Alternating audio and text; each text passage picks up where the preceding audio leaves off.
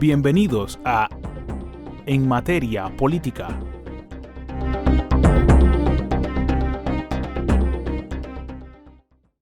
Bienvenidos a En Materia Política Radio, un espacio que a partir de hoy le damos la bienvenida a todos aquellos que están en sintonía con nosotros y que nos ven a través de las diferentes plataformas y especialmente a través de Radio Funglode. Este es un espacio que será multidisciplinario, plural, todos los temas posibles, políticos, sociales, culturales, con una mirada hacia lo que es la política, que evidentemente toca todos los temas. Así que las más cordiales bienvenidas a todos ustedes. Esto es En Materia Política. Compañero Daniel. Bien, buenas. Encantado de estar aquí compartiendo en esta primera entrega de En Materia Política en Radio Funglode, invitando a todos nuestros usuarios y quienes nos siguen a que nos sigan en nuestros canales de YouTube, en @Radio Funglode, y en nuestras plataformas de Instagram, Facebook y todas las redes sociales en materia política, y por qué no Radio Funglode, que es nuestra matriz, ¿no?, de donde transmitimos. Es decir, estamos más que agradecidos. Como decía ya Vladimir, vamos a estar compartiendo con ustedes temas de interés social, político, cultural, de una manera profesional y objetiva. Así es, así es. Esa es la idea, ¿no? Que toquemos de todo, ¿verdad? Con esa mirada siempre que tiene la política. Y el día de hoy tenemos varios temas interesantes, Daniel, y todos los que nos ven. Primero vamos a comenzar a hablar del tema del decreto presidencial del plan de austeridad. Tocaremos también el tema de las vacunaciones, tocaremos el tema de encuestas, ¿sí? Ya tenemos encuestas. Hay encuestas ya que ya están tenemos saliendo, encuestas, increíblemente, ¿eh? Sí, ya se está hablando de los números. Ya se está hablando de números, tocaremos también eso más adelante. Y un temita plato fuerte, corrupción gubernamental. Ese sí es duro. Hay temas varios ahí. Hay temas y hay temazos. Sí, sí, es correcto. Ese uno. Es correcto, hermano. Así Entonces, vámonos con el plan de austeridad. Tú sabes que llamó mucho la atención, sobre todo a partir del decreto 396-21 del presidente Luis Abinader, en el cual se hablaba de este gran plan de austeridad. Y se tocaba allí el tema de se van a prohibir los viajes al exterior, se va a prohibir la compra de vehículos de lujo, las remodelaciones de alto costo, los agasajos, los obsequios, las donaciones, las celebraciones, una serie de cosas, muchas de ellas conocidas, otras no tanto. Entonces, algo que llamó mucho la atención fue el tema de los flanqueadores para los funcionarios públicos. Y de las escoltas. Y de las escoltas. Llamó la atención porque fueron muy pocas excepciones. Tú sabes que aquí hay una cultura de que usted lo hace un funcionario. Usted lo que quiere es dos escoltas seguidos. Uno que le maneje y uno que anda detrás de usted. Así es. Entonces, por ahí es que están atacando. Así es, eso llamó bastante la atención y es uno de los elementos donde va a estar el foco puesto si se va a cumplir o no. Las salidas al exterior de los servidores públicos, también los viajes oficiales, ese es uno de los, yo diría, de los aspectos en los que más dinero se invierte y quizás de los que menos son observados, los viajes al exterior. Es toda una logística de pasajes a veces en primera clase, buenos hoteles, y esto a veces no está en la lupa, pero es uno de los elementos en los que más el Estado invierte dinero en los funcionarios públicos. Por tanto, otro elemento ahí que contempla el decreto. Las exoneraciones. Que valga la aclaración ahí, al inicio del mandato del presidente Luis Abinader, esa fue una de las cosas que cortaron en el caso de los viáticos. Ya, o sea, el funcionario intermedio y el funcionario alto está en la obligación, aunque eso siempre ha sido una obligación, pero ahora tiene que hacerlo, rendir cuentas y literalmente devolver el tema de los viáticos. Así mismo como hubo en su momento una reducción de esos viáticos, porque tú sabes también que se daba el caso de que tú te ibas de viaje como funcionario y entonces los viáticos quedaban para, ¿me entiendes? Para el chicle y la menta luego. Entonces ya eso se cortó. Así es, ha habido temas con eso importantes. Y otro elemento interesante, el tema de las exoneraciones. Correcto. Sabes que con las exoneraciones también hay un tema con los vehículos, sobre todo de super lujo, de ultra lujo, que se entran al país con esas famosas exoneraciones en la mayoría de los casos de legisladores. Entonces esto también queda prohibido. Tú sabes que hay unos elementos interesantes que me gustaría que debatamos un poquito y analicemos qué va a pasar con eso, con este decreto. El primero es que algo interesante establece el presidente Abinader en su decreto, y es que él establece que debe haber un seguimiento y un control a eso. Y él responsabiliza directamente de ese seguimiento a el Ministerio Administrativo de la Presidencia y al Ministerio de Administración Pública. en coordinación con la Dirección General de Presupuesto y la Contraloría General de la República. Entonces, viene pregunta. Ministerio Administrativo de la Presidencia, Ministerio de la Presidencia, Dirección General de Presupuesto y Contraloría General de la República. ¿Qué tanto control pueden tener estos organismos y qué tan fuerte puede ser el seguimiento que ellos pueden dar a estas prohibiciones que acaba de hacer el presidente? O sea, es lo que me llama la atención, porque pareciera que entes del propio Estado van a tener que fiscalizar a los compañeros, ¿no? Lo cual a través de los años ha tenido situaciones encontradas. Mira, esa pregunta que tú haces es válida totalmente, porque ahí entraríamos en un caso de juez y parte. Correcto, correcto. O de una especie de abogado del diablo, pero correcto. Yo creo que más aquí hay un problema en las cosas que suceden en el Estado, fundamentalmente. Y ahorita en uno de los temas voy a comentar algo al respecto. Ok. Pero fíjate algo. Estamos tomando una decisión, pero no estamos estandarizando lo que queremos hacer. Tú no puedes decirle a un funcionario, mira, ahora tú tienes, ¿en qué vehículo vas a andar? Me voy a simplificar. ¿Cuál es tu vehículo? Entonces tenemos que estandarizar para que hayan esos controles que tú bien planteas. Eso tiene que estar estandarizado. Ahora bien, yo también digo una cosa. El vehículo de lujo, bueno, decimos jipeta. Ahora, el Estado como tal, y por eso hablo de la estandarización, tú necesitas tener algo que te represente, porque ni los dedos de la mano son igual. Entonces, es así. También partir de la idea de, ahora a lo que estamos acostumbrados, nos vamos a quitar el confort quizá de un vehículo de alta gama, por decirlo así, que es lo que más ha sonado, ¿para andar en qué? Es la pregunta. O sea, no estamos estandarizando esta decisión, sino más bien lo que estamos es, y puede sonar un poco crudo, a un nivel de populismo que literalmente no sabemos si vamos a cumplirlo, que es lo que bien tú propones en tu pregunta. Entonces yo creo que hay un problema de estandarización en este sentido. ¿Cuáles son los vehículos que vamos a utilizar? ¿Cuáles van a ser los rangos de viáticos? ¿Cuáles van a ser a quienes les toca escolta y a quienes no? Entonces, eso debe de quedar claro, y por lo menos yo en el decreto no veo que eso esté detallado. Entonces, por ahí es que hay que iniciar, entiendo yo. Totalmente de acuerdo. Fíjate, tú tocas algo importante. Tú hablas de, ¿serían esto medidas populistas? Y me remito a el primer gobierno de Danilo Medina. Danilo Medina asume el 16 de agosto y el 22 de agosto Danilo Medina presenta un plan de austeridad. Y cáspita, las principales medidas son también la prohibición de compra de vehículos de lujo, el tema de eliminar las celebraciones, que si los obsequios, que si las donaciones. Incluso, si tú comparas el plan de austeridad de Medina del 2012 con el de ahora, te vas a encontrar que el 70-80% de las medidas están contempladas en eso. Pero lo primero que hace el presidente Danilo Medina es que recorta su escolta.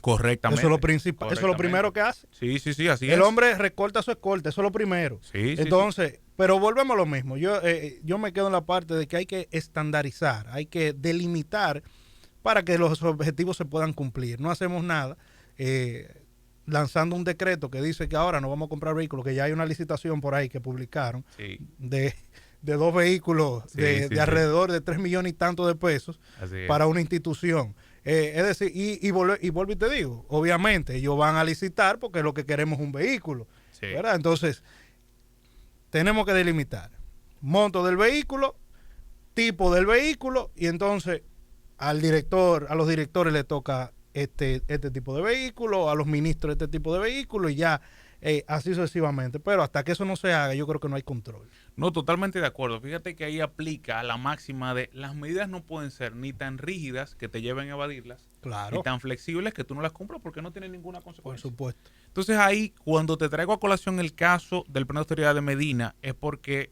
probablemente ese plan se haya cumplido en un 10%, por decir algunas cosas que sí es verdad que se eliminaron, pero la mayoría se mantuvieron. Sí, no, y al final es lo que te comento. Si somos claros, nada de eso se cumplió. Así es. O sea, en lo absoluto. Sí, no, nada así es. de eso. Inicialmente sí se vendieron, ¿no? como una idea de plan de austeridad, de reducción real del gasto gubernamental, pero en realidad en la práctica no fue la realidad. Veremos si en este caso se cumple con el presidente Abinader y si esos organismos propios del Estado que ellos establecieron que serían los encargados de velar por eso, hacen su función. Así que con esta parte vamos a irnos a una pausa y en breve venimos a hablar de otro tema que está sobre la palestra, la vacunación y sobre todo el tema de la inmunidad de rebaño. ¿Qué es eso? ¿Cómo funciona? ¿Lo lograremos? En breve volvemos. Ya volvemos.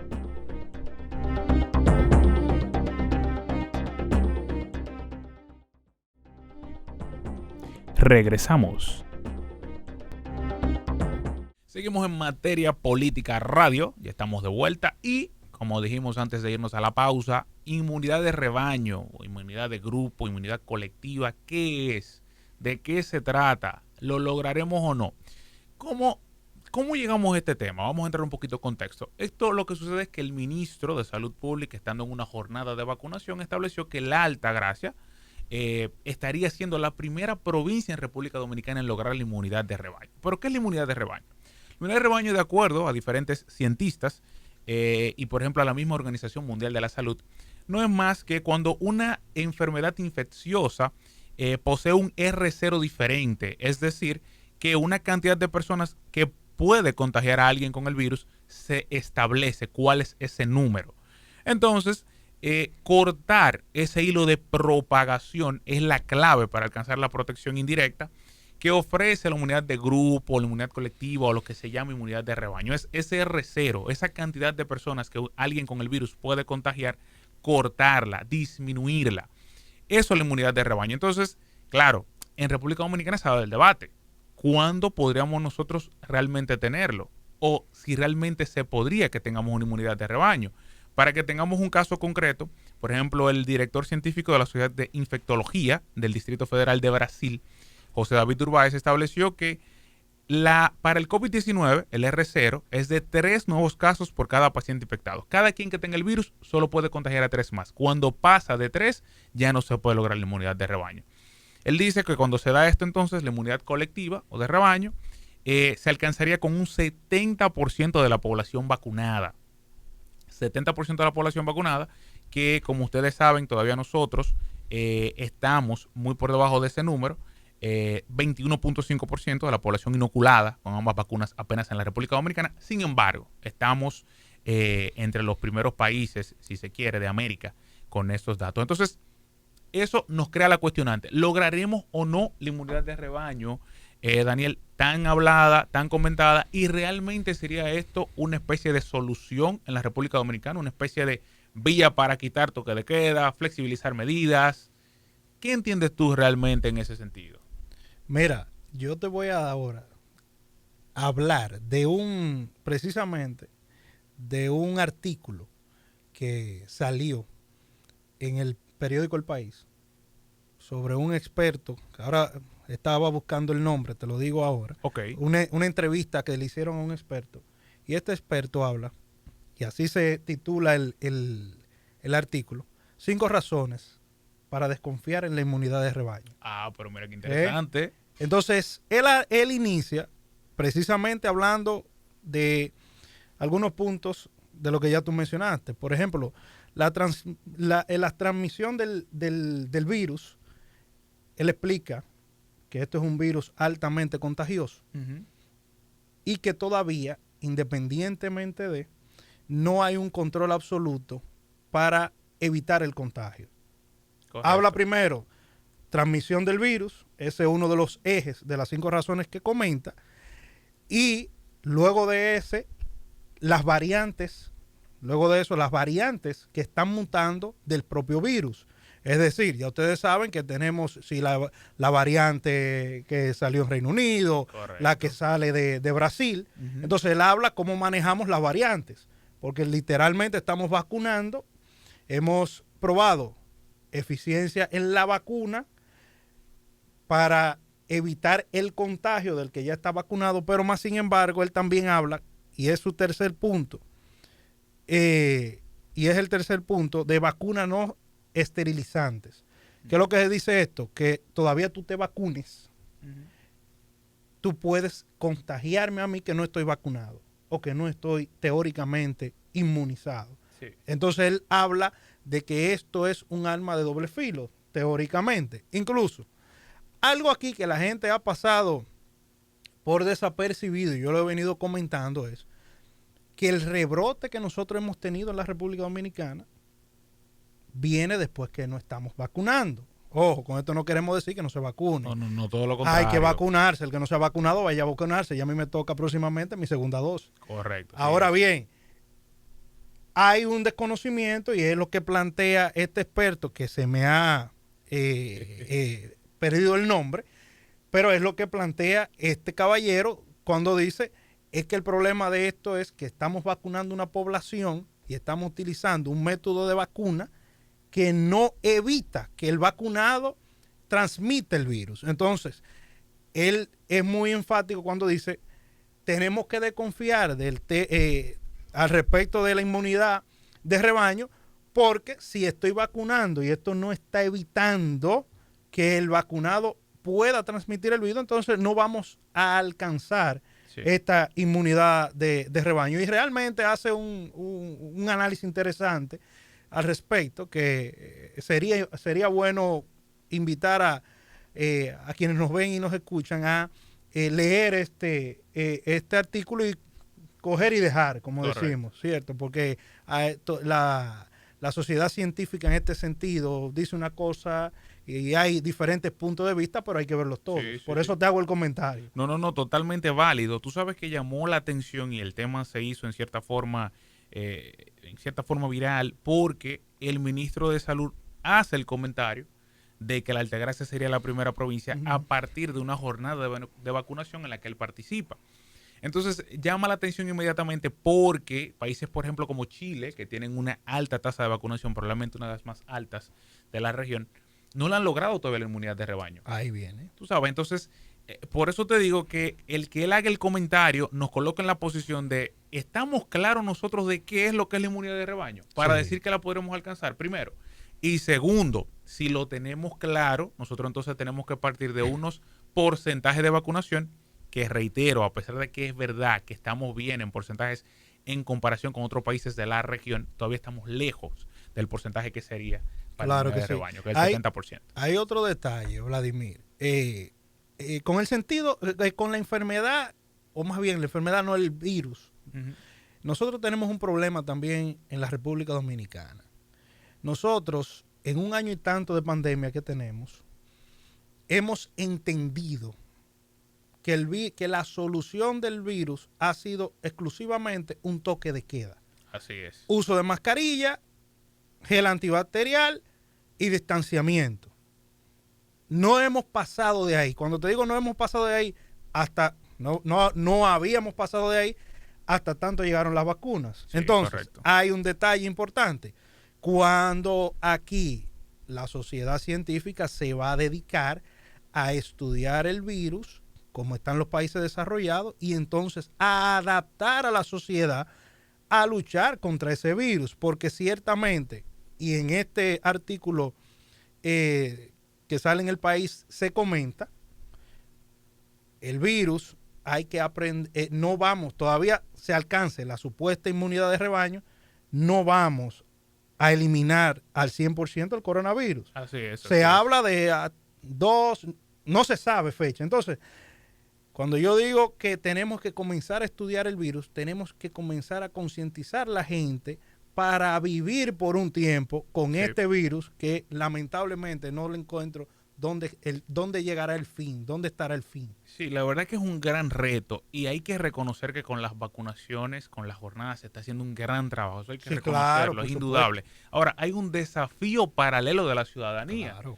Imposible no mencionar, hace apenas un par de días, el caso de una cabaña en Santiago donde arrestaron a 369 personas. Sí. Los llamados teteos privity. Entonces, los privity. Es como por un lado el gobierno te aprieta, ¿no? Y vacúnate y toque de queda, pero por otro lado tenemos esa realidad paralela que te dice, mira, es difícil lograr. Precisamente, por eso te digo. O sea, no hemos circunscrito a que el tema del toque de queda sería la solución. Y hemos visto, y ya tenemos 1 año y tanto de puesta en marcha de esto, donde hemos visto que lamentablemente el toque de queda no es la solución al problema que tenemos. Es una medida, entre comillas, de control. Por eso digo, nosotros lo que tenemos es que ir iniciando un tema de concientización de que la gente entienda que vamos a tener que convivir con esto. Hasta que no entendamos esto, porque incluso llegó un momento donde la gente entendía que una vez levantaran el toque de queda se acabó el coronavirus. Sí, es correcto. O sea, mentalmente ya estamos adaptados a que una vez desaparezca el toque de queda, se solucionó el problema. Y no es así. Entonces, por eso te digo que hay que iniciar, y es mi humilde opinión, a concientizar a la gente a que vamos a vivir con ese enemigo y por ende la responsabilidad sanitaria no es solamente del Estado, sino de cada uno de nosotros como sociedad. Así es, yo creo que totalmente de acuerdo, me sumo a ese llamado y está en manos de cada uno. Nos vamos a una breve pausa. Cuando volvamos, encuestas, sí, más de 3 años faltan para las elecciones, encuestas, ¿quién dan como ganador? Y miren hasta cuál es el mejor gobierno ya, ¿eh? Bueno, sí. Bueno, en breve analizamos esa parte.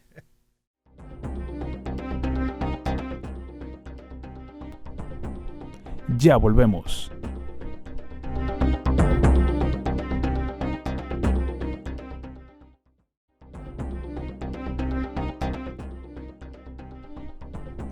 Regresamos.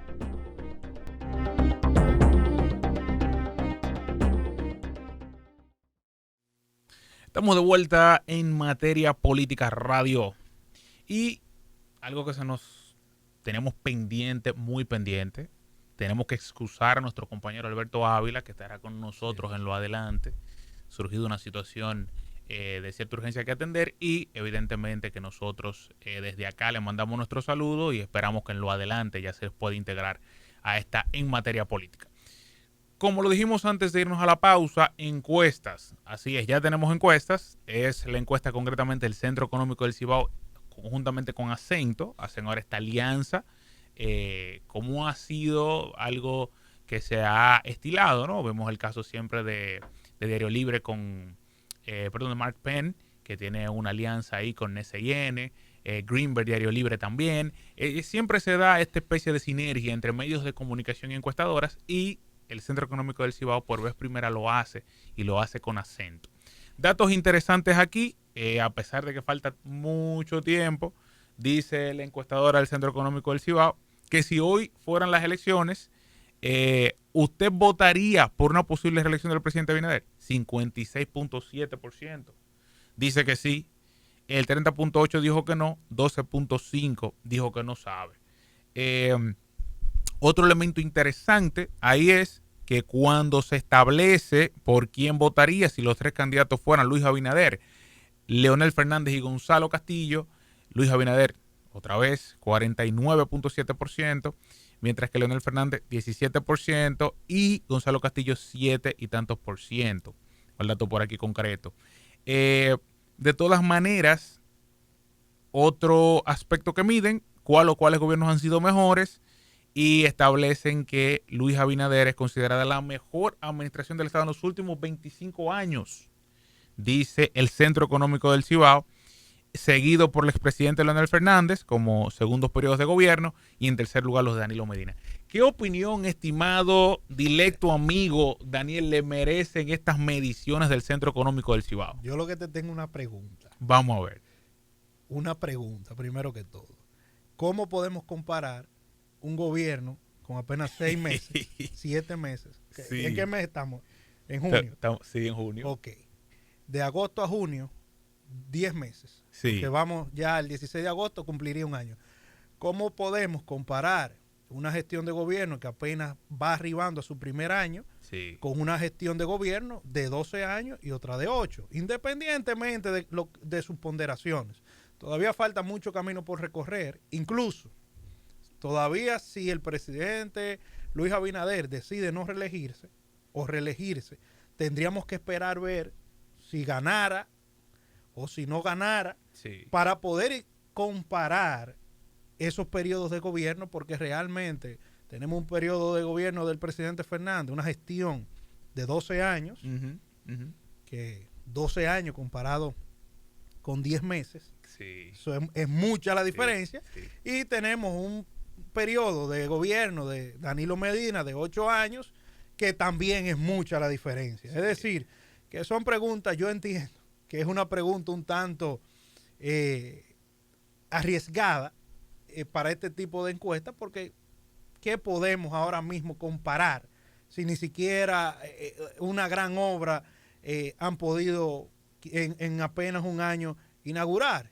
Y no porque no hayan querido, sino por un tema de tiempo, fundamentalmente. Entonces, ahí está mi pregunta. O sea, ¿cómo vamos a comparar dos cosas? Eso es como que usted compare un niño de 1 año con un niño de 7, ¿cierto? O sea, ¿cuál es más divertido de los dos? Entonces, así es difícil, es difícil. Y con relación a la ponderación de si hoy fueran las elecciones, usualmente, y esto me recuerda mucho cuando Danilo Medina inició su primer mandato, los presidentes que son nuevos en los cargos usualmente tienen ponderaciones altas. O sea, vuelvo y te digo, siempre recuerdo que Danilo Medina rompió los estándares cuando entró al gobierno.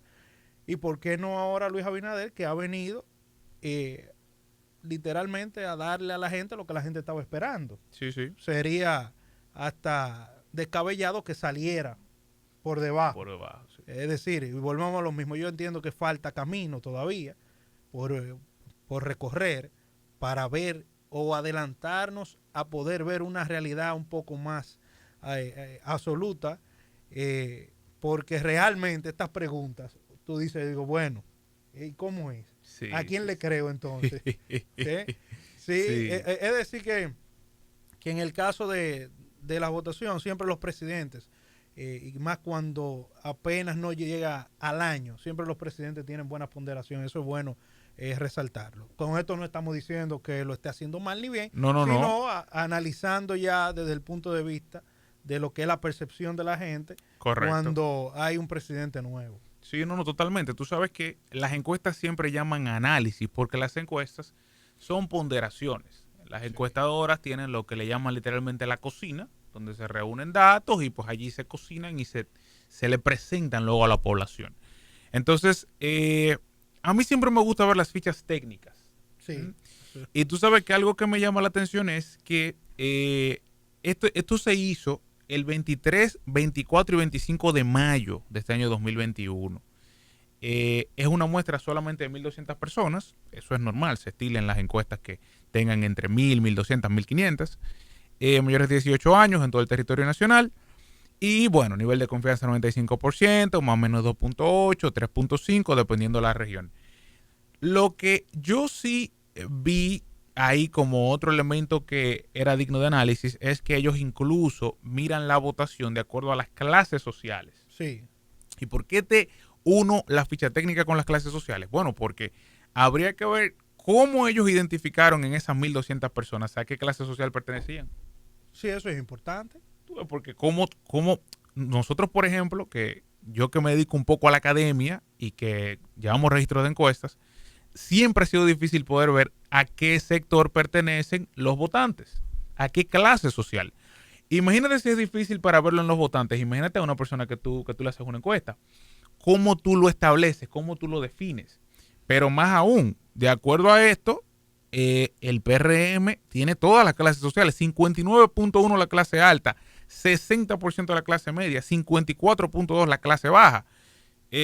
Te digo, me crea ruido tanto el tema de cómo se define quién es clase media, porque si tú le preguntas a una persona cómo usted se define, ahí no hay un elemento de verificación que sea válido.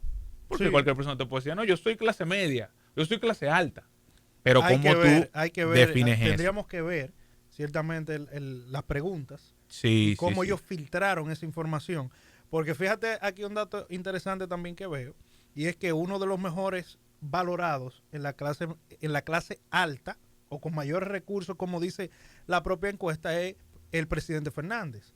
O sea, ellos dicen que un 22.8% de las personas encuestadas con mayores recursos van a favor del expresidente Leonel Fernández, mientras que en ese mismo renglón de personas con mayores ingresos, apenas un 13.1% de los encuestados pondera al presidente Danilo Medina.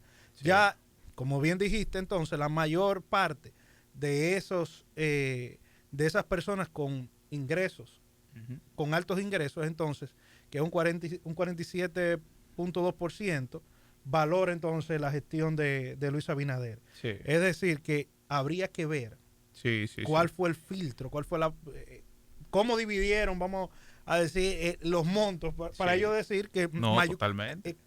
¿Quién es mayor ingreso? ¿Quién es menor y quién es menor? ¿Y qué tan veraz es la respuesta de quien responde? Exactamente. Porque yo puedo decir que gano 1 millón. Pero por supuesto. ¿Me entiendes? Sí.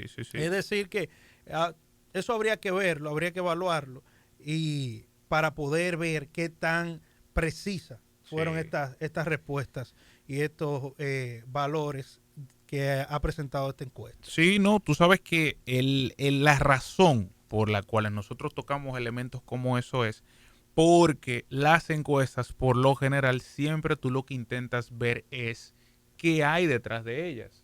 Si están favoreciendo un candidato, si responden intereses, si son encuestas, vamos a decir, con un grado de objetividad remarcable. Y tú no puedes medalagradamente señalar, sino que tú tienes que ver los elementos desagregados y a partir de eso presentar entonces una posición al respecto. Por tanto, es muy interesante. Hay que decir que el Centro Económico del Cibao ha sido vinculado a la PRD-PRM en otras ocasiones, eso no es un secreto de nadie, claro. Pero sus datos ahora realmente que son dignos de analizar, sobre todo por el tiempo previo que se toman ellos para hacer este muestreo, ¿no? Y sobre todo porque incluyen cosas interesantes como la clase social, que yo creo que aquí, si nos ponemos a buscar, muy pocas encuestas han podido establecer eso. O sea, porque es un elemento bastante complejo. No obstante, las encuestas seguirán. Esto es un punto de lanza. Ya inicia la lucha. Esperemos que la guerra de las encuestas dé una treguita, pero lo más probable es que por ahí vengan otras con números, que es lo más grave a veces, que contradicen totalmente a las otras. Esa es la lucha. Esa es la lucha de posicionamiento, así es. En donde tú te quedas pensando quién tiene la razón. Totalmente. Así es. Bueno, vamos a irnos a una breve pausa. Venimos en breve. Vamos a hablar de la corrupción gubernamental. Tú sabes que ha habido casos de la administración pasada, la administración presente, y no cabe duda que merece la pena enmarcarlos para ver entonces dónde es que estamos parados. ¿Qué es lo que se está haciendo? Se están procesando de aquellos, de qué tipología, qué características tienen esos casos que pudieran pues ser similitudes y diferencias entre la de la anterior gestión y la presente. Todo eso lo veremos a continuación cuando volvamos a hablar de corrupción gubernamental aquí en materia política.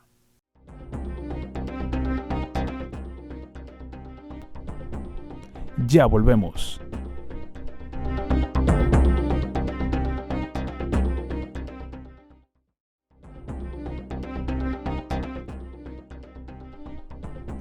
Regresamos.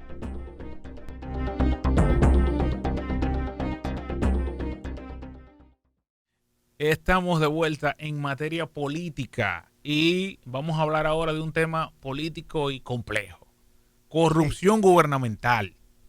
Tú sabes que, Daniel, a través de los años nosotros hemos tenido temas de corrupción gubernamental. Sin embargo, nunca se había dado un esquema como el que estamos viendo hoy día. Una serie de imputados, no solamente estamos hablando de directivos de partidos, no, estamos hablando de legisladores, como el caso más reciente que vimos de un exdiputado por la provincia de Santiago del PRM. Estamos hablando también de funcionarios que también ya han sido vinculados. Y hay una serie de casos, tanto de esta gestión como de la pasada, que comienzan a enmarcarse dentro de lo que podríamos hablar de un esquema de corrupción gubernamental que probablemente no sea solamente de estos periodos gubernamentales que estamos viendo, sino probablemente de una parte importante de la historia política dominicana. ¿Qué entiendes tú que ha estado fallando? Es decir, por un lado tenemos, para ponerlo aquí en blanco y negro, temas de irrupción del narcotráfico en la política. Eso está claro, ¿no? El caso de que acabamos de mencionar de Miguel Gutiérrez, el más reciente. El PRM tuvo en campaña también el caso de Yamil Abreu, un connotado dirigente del partido. Tienen ahora también el caso de Miki López, importante dirigente de La Vega, cuya esposa es diputada. Y ha habido otros casos también de la anterior gestión que también ha habido la vinculación, por tanto, el narcotráfico, irrupción en la política. Aparentemente hay una vinculación directa. Y por el otro lado tenemos los sobornos, que evidentemente salen a la luz a partir del caso de Brecht, cuando importantes miembros del entonces partido de gobierno PLD reconocieron haber recibido dinero para las campañas, que luego se dice en la acusación que fueron sobornos para beneficiar a la constructora con importantes obras. Esas son en República Dominicana probablemente las principales modalidades. Pero hay otras. Ahí está el fraude de la lotería, que es una trama también que se armó con diferentes miembros gubernamentales y no gubernamentales. Y hay otros hechos que se han dado que rozan en el tema de los escándalos de corrupción. ¿Qué entiendes tú que ha fallado y por qué está en estos tiempos o en este año, estos últimos 2 años, teniendo tanto auge el tema de la corrupción gubernamental en el país? Mira, yo me voy a dos, me llega a la mente cuando iniciamos el tema. Iniciar diciéndote que la República Dominicana, aunque el problema de corrupción es un tema de preocupación para todos los países latinoamericanos, fundamentalmente, tú tienes por ejemplo a México, que es un país altamente corrupto en temas de administración pública. Tienes Brasil, pasa lo mismo, pero bueno, para quedarnos en el patio, en el caso de la República Dominicana es un país altamente politizado. Y cuando tú tienes una sociedad altamente politizada, es muy difícil que no exista la corrupción. Y eso viene desde la época del jefe, 30 años de tiranía, donde literalmente yo pagaba los favores y yo crecía en base al favor que me podía hacer el jefe. Correcto. Entonces, hay una cultura donde siempre hay un familiar político, siempre hay un tío, un amigo, el papá, el hermano, que es el que hace los favores y el que es el canal para que tú te desarrolles. Y fundamentalmente eso pasa en los pueblos. Entonces, culturalmente, tenemos que entender que somos un país totalmente politizado y donde la política permea todos los ambientes en los que nos movemos. Eso es una cultura que tendríamos entonces que comenzar a cambiar. Correcto. Para comenzar a luchar en contra de la corrupción. Pero en el caso particular de lo que es el narcotráfico, los mismos políticos, una nueva generación de políticos, que es la que va luego quizás de vamos a decir, Peña Gómez, Juan Bosch, Balaguer, e incluso sacando la misma generación en la que entran líderes como el doctor Leonel Fernández, como fue el expresidente Hipólito Mejía, Danilo Medina, Luis Abinader. Sí. Luis Abinader ya entraría en esa generación que te quiero comentar, que se ha encargado de, teóricamente, encarecer la política, el qué hacer de la política. O sea, ahora mismo, ¿cuánto te cuesta un voto, por ejemplo, para una diputación? Así es. Y los grandes partidos también han sido culpables de que la política sea cara. Entonces, ¿dónde entra el narcotráfico? ¿Se aprovecha de eso? Totalmente. Porque ¿qué es lo que tiene el narcotráfico? Sí. Dinero para gastar. Así es. Entonces, si la política es cara y ustedes necesitan dinero para gastar y nosotros tenemos de más, bueno, pues vamos a ejecutar. Entonces, ahí es que ha entrado el tema del narcotráfico en la política. Es muy difícil que, por ejemplo, tú identifiques de entrada, aunque aquí todo el mundo se conoce, pero en el caso de los líderes, de los grandes líderes, es muy difícil muchas veces, donde tú ves tantas personas, identificar no, fulano está involucrado en el narcotráfico, hay que sacarlo. Entonces esas son cositas también que hay que evaluar. Pero lo cierto es, como te comento, de mi humilde punto de vista, que el tema del narcotráfico es fundamentalmente por el hecho de lo encarecido de la política en el día de hoy. Es decir, que el narcotráfico más bien se ha aprovechado de esta coyuntura y obviamente tengo que decir una cosa también. Si usted quiere ganar, muchas veces usted dice, bueno, fulano, resuelve ese problema.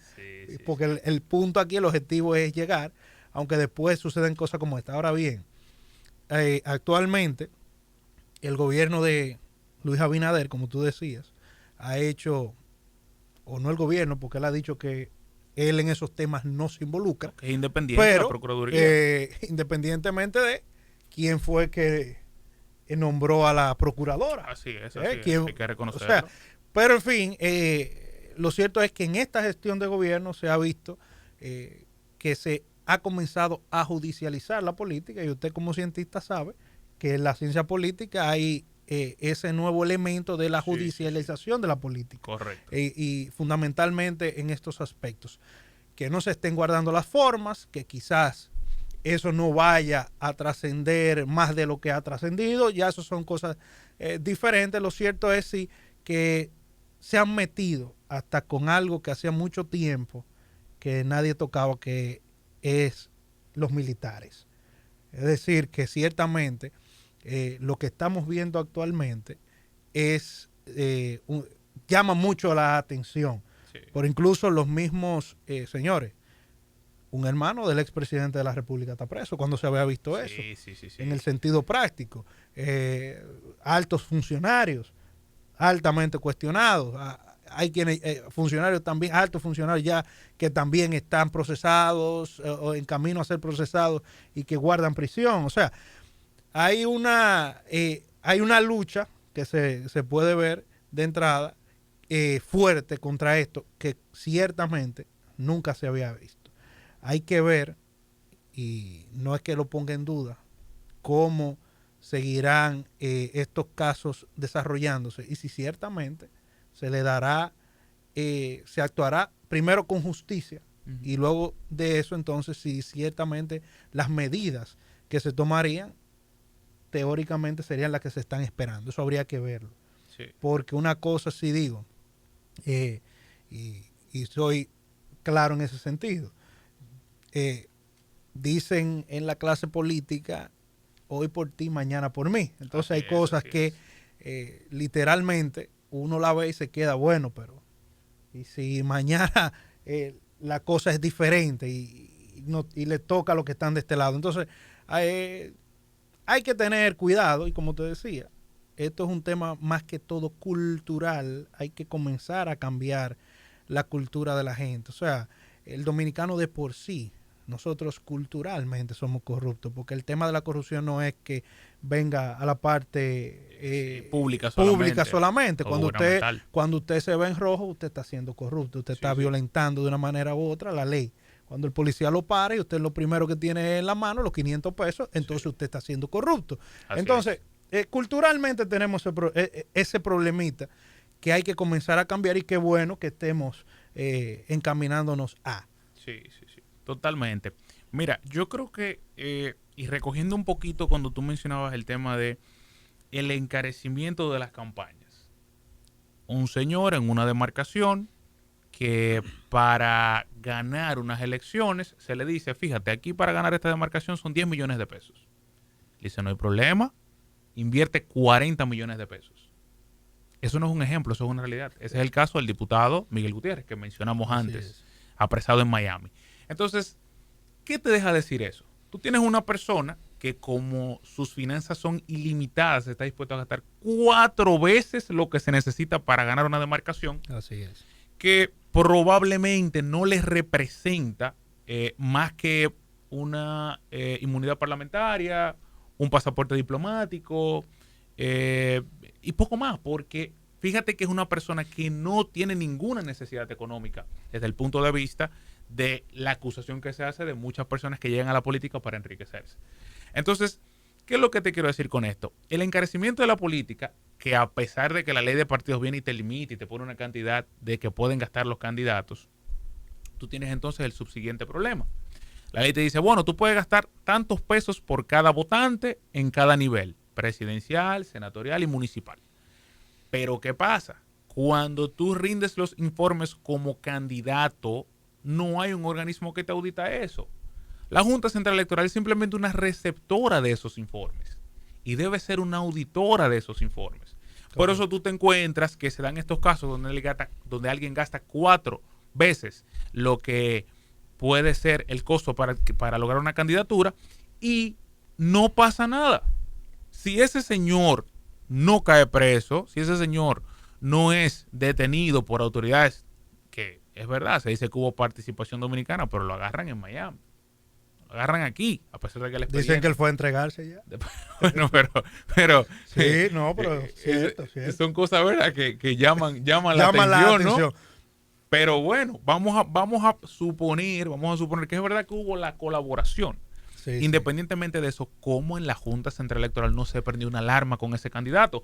Y te digo una cosa, hay cientos de Miguel Gutiérrez. Claro, pero más que la Junta Central Electoral, Vladimir, hay un problema de los partidos.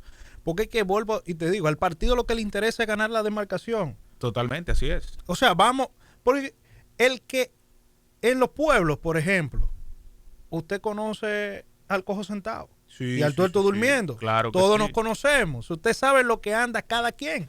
Sí. Entonces, los partidos políticos, que son instituciones donde converge toda la sociedad, desde el más pobre hasta el más rico, usted tiene conocimiento y usted sabe en lo que anda cada quien. Entonces, más que la Junta Central Electoral, ahí hay un problema también con los partidos. Porque el partido está buscando, y por eso te decía ahorita que los partidos se han encargado de encarecer la política, porque el partido está buscando quién pueda sustentar esa campaña. Porque cuando tú vienes a ver, esa persona era PRMista, muy bien, pero cuando vienes a ver, no tenía ni 5 años de militancia en el partido y ya era candidato. ¿Pero por qué? Porque podía solventar la campaña. Entonces, ahí el primer filtro debe ser el partido. Sí, yo estoy de acuerdo con el rol de los partidos. Sin embargo, cuando tú te metes en la piel de un partido que lo que quiere es ganar, es difícil tú decirle a ellos que rechacen candidatos, que pueden ganar. Sobre todo porque tú sabes que el esquema de las diputaciones es complejo. Es con el método de Hont y tú necesitas lograr que muchos legisladores tuyos ganen.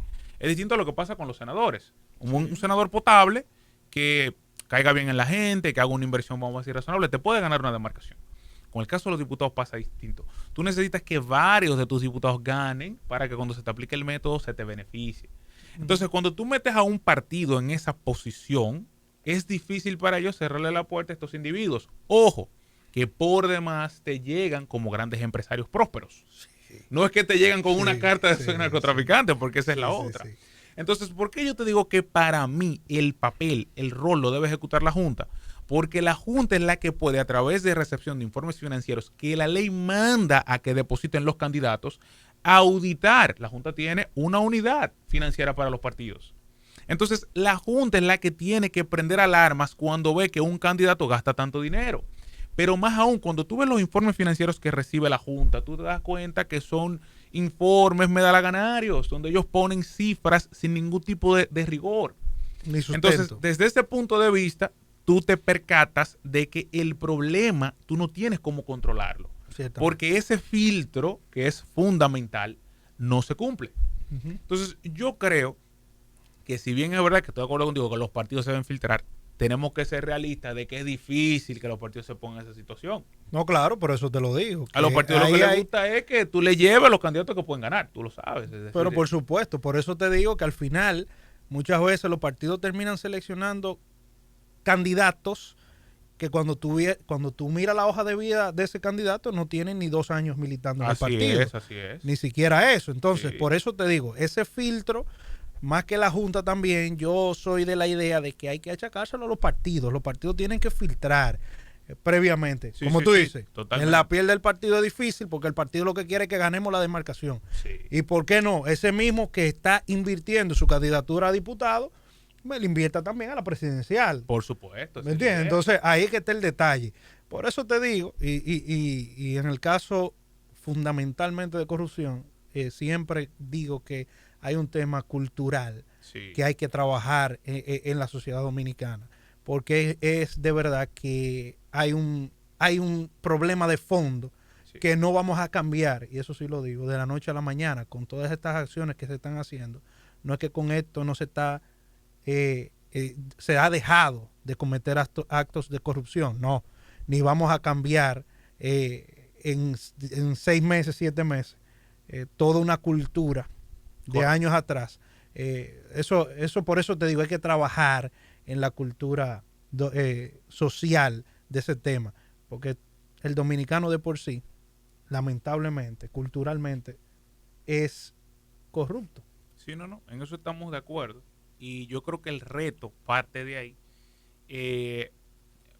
parte del ciudadano, entra a la sociedad, en el caso que estamos hablando a través de los partidos van a una campaña, los partidos van a unas elecciones, tienen un objetivo que es ganar, buscando ese objetivo abren las puertas a todo lo habido y por haber, y como resultado tenemos las cosas que estamos viendo hoy día.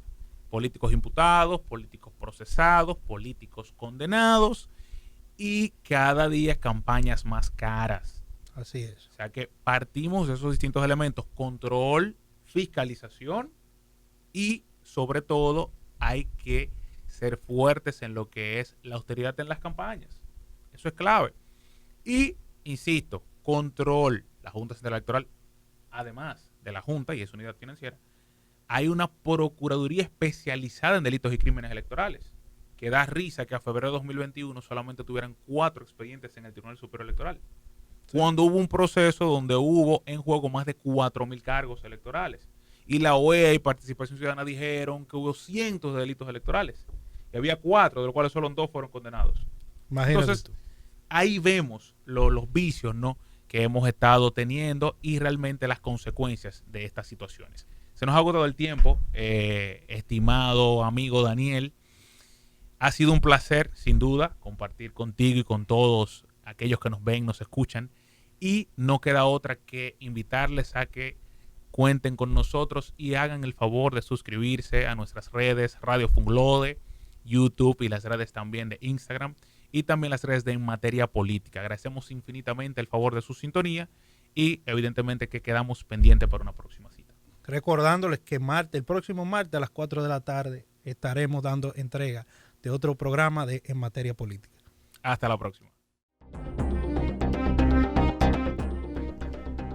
Esto fue En Materia Política,